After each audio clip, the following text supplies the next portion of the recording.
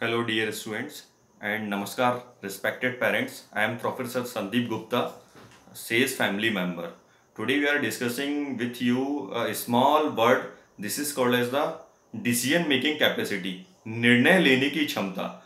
आप लोग देखते हैं कि एक निर्णय लाइफ को कहां से कहां ले जाता है और एक निर्णय लाइफ को ही कहां से कहां ले आता है.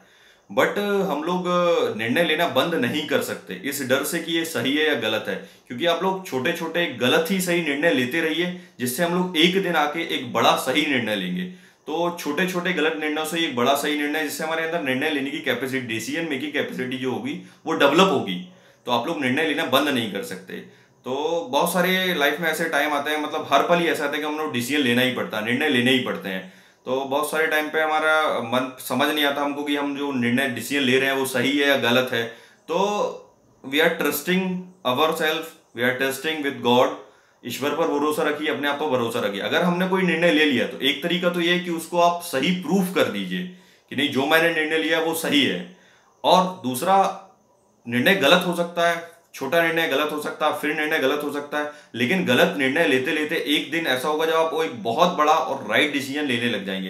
That means we are developing the decision making capacity कि कैसे हम लोगों को निर्णय लेना चाहिए. तो हम लोग फिर राइट निर्णय लेने लगेंगे.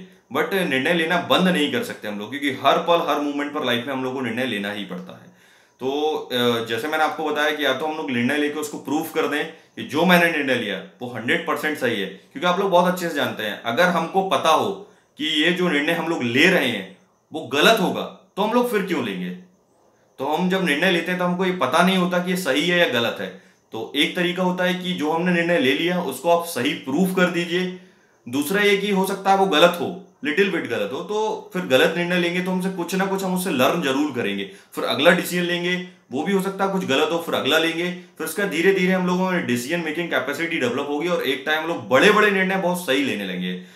नमस्कार दोस्तों, अगेन मैं संदीप गुप्ता आप लोगों से आज के सिनारियो के बारे में थोड़ा सा डिस्कशन करना चाह रहा हूँ. जो हम लोग निर्णय ले रहे हैं as we are a professor, मैं आपसे ये डिस्कस करना चाहता हूँ. अभी जो निर्णय आप पेरेंट्स मोस्ट ऑफ ले रहे हैं, जिनको सबसे बड़ी प्रॉब्लम ये आ रही है कि कौन सी ब्रांच में एडमिशन लें हम लोग, स्टूडेंट अपने बेटों के बच्चों के लिए किस ब्रांच में एडमिशन लेना चाहिए. सबसे बड़ा, this is a right time for a decision, क्योंकि मैंने आपको पहले बताया कि एक डिसीजन कहाँ से कहाँ लेके जाता है लाइफ को.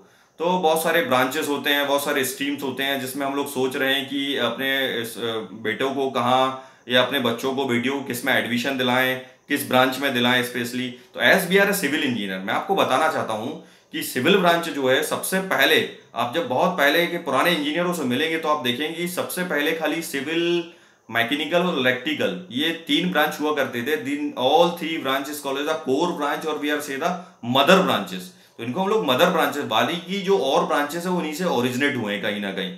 तो सिविल ब्रांच के लिए मैं आपको बताना चाहता हूं कि बहुत सारे जैसे स्टूडेंट से मेरी बात होती है कि सिविल ब्रांच आपने क्यों लिया, मैं क्वेश्चन करता हूं. तो कईयों के जवाब आते हैं, सेट से जवाब दे, सर वो ले ली सर, उन्होंने बोला था तो ले ली, कुछ पता नहीं है, कुछ बताया नहीं सर, ले ली बस, पता नहीं क्यों ले ली हमने.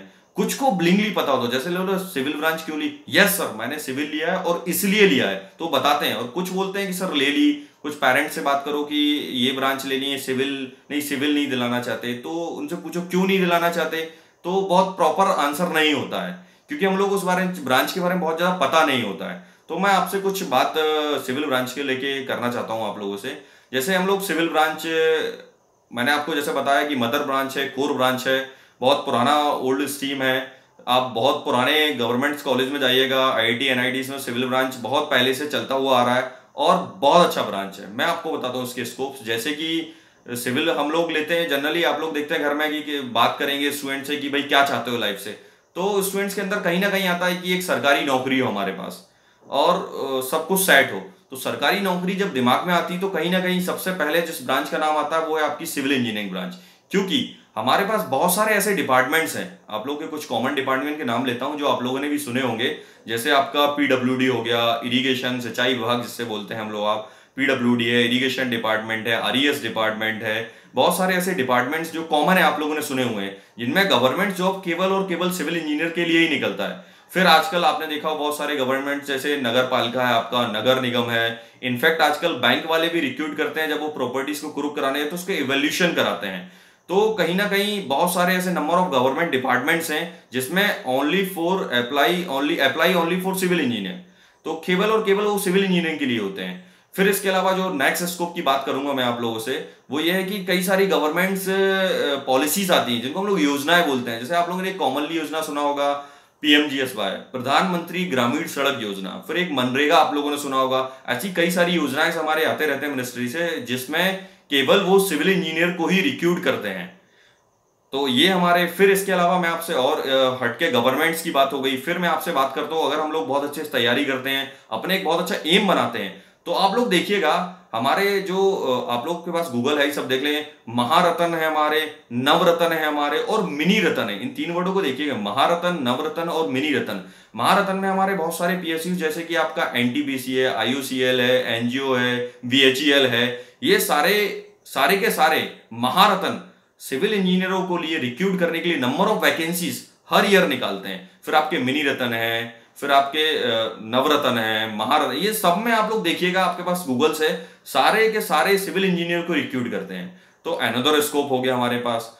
तो इनमें भी हम लोग का स्कोप है, गवर्नमेंट में भी हमारा स्कोप है, प्राइवेट सेक्टर में भी बहुत बड़ी बड़ी एमएनसीज कंपनी है जो सिविल इंजीनियर को रिक्रूट करते हैं।